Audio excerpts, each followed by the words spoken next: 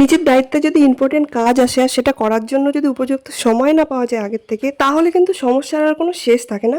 আর ঠিক এটাই হয়েছে আমার সঙ্গে। সামনেই চলে এলো 15ই আগস্ট, আর আমাদের বাড়িতে দরকার ছিল একটি ড্রেসের সাদা রঙের, আর সেটা অ্যাভেলেবেল তো বাড়িতে ছিলই না, মানে ছিল কিন্তু সেটা পুরনো ড্রেস ছিল, লাগবে নতুন। তার জন্য আমার কাছে সময় আছে মাত্র কয়েক ঘন্টা, তাই আমি সকাল সকাল 8টার মধ্যে রেডি হয়ে গেছি। এখন আমার যেতে হবে বাজারে ড্রেস কিনতে। আমি একা যাবো না বাজারের, সঙ্গে ভাই যাবে, দুজনে একসঙ্গেই যাব। দোকানটা খুব একটা দূরে না। গতকালকে রাত্রে আমি ফোন করে কনফার্ম করে নিয়েছি যে সকাল কটার মধ্যে দোকানটি খুলবে, আর যে ড্রেসটা আমার চাই সেটা ওখানে অ্যাভেলেবেল আছে কিনা। বলেছেন আছে, তাহলে চলো গিয়ে দেখি অ্যাকচুয়ালি আছে কিনা। দেখো, কথা বলতে বলতে সকাল সকাল তোমাদের সঙ্গে একটি get ready with me share হয়ে গেল। এখন আমি পারফিউমটা লাগিয়ে নিয়েছি, ওড়নাটা ডেফিনেটলি আমি নিতে ভুলবো না। এই ডার্ক গ্রিন কালারের সঙ্গে পিঙ্ক কালারের ওড়নার কম্বিনেশন কিন্তু খুবই সুন্দর লাগে। এবার পার্সটিও নিজেই, কারণ টাকা নেওয়াটা খুবই ইম্পর্টেন্ট, টাকা ছাড়া তো কোনো শপিংই হবে না। চলো এবার আর লেট না করে ভাইয়ের সঙ্গে তাড়াতাড়ি বেরিয়ে পড়ি। আমার এই ড্রেসটা আর সিম্পল মেকআপ তোমাদের কেমন লাগলো কমেন্টে অবশ্যই জানাতে ভুলো না। আমি কিন্তু কোথাও গেলে সিম্পল মেকআপই করি, বাট কোনো অনুষ্ঠান হলে তখন একটু হেভি মেকআপ করি।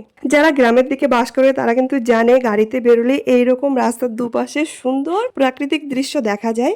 রাস্তার মাঝখানে আমাদের দাঁড়াতে হয়েছে কারণ ট্যাঙ্ক ফিল করতে হয়েছে, পেট্রোল কম ছিল। বাট জানো তো, রাস্তায় আস্তে আস্তে আমার পার্স পড়ে গিয়েছিল, কিন্তু আমি সঙ্গে সঙ্গে পেয়ে গেছি, এটাই আমার গুড লাক। আর দেখো, আমরা দোকানে চলে এসেছি। এই দোকানটি কিন্তু খুবই ভালো, এখানে খুবই কম দামে বেশ ভালো ড্রেস পাওয়া যায়। আমরা অনেক ড্রেসই এখান থেকে কিনে থাকি। দেখো, ড্রেসটি বের করে দিয়েছে, আমাদের পছন্দও হয়ে গেছে। তারপরে কিন্তু এটা সেলাই করার জন্য চলে এসেছি টেলারের কাছে। তারপর এখান থেকে আমরা চলে এসেছিলাম আমাদের গ্রামেই একটি স্কুলে।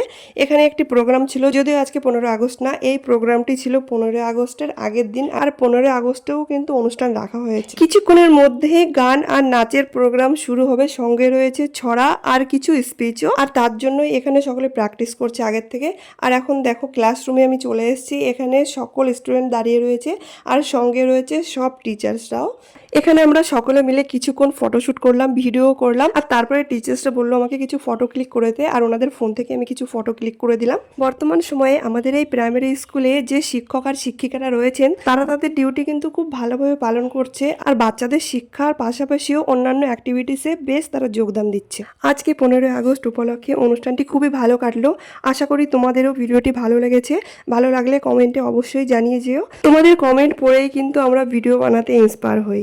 আর এখানে ক্লাসের শিক্ষক শিক্ষিকারা কয়েকটা স্পিচ দেওয়ার পরে শুরু হয়ে গেল বাচ্চাদের গান এবং কিছু ছড়া।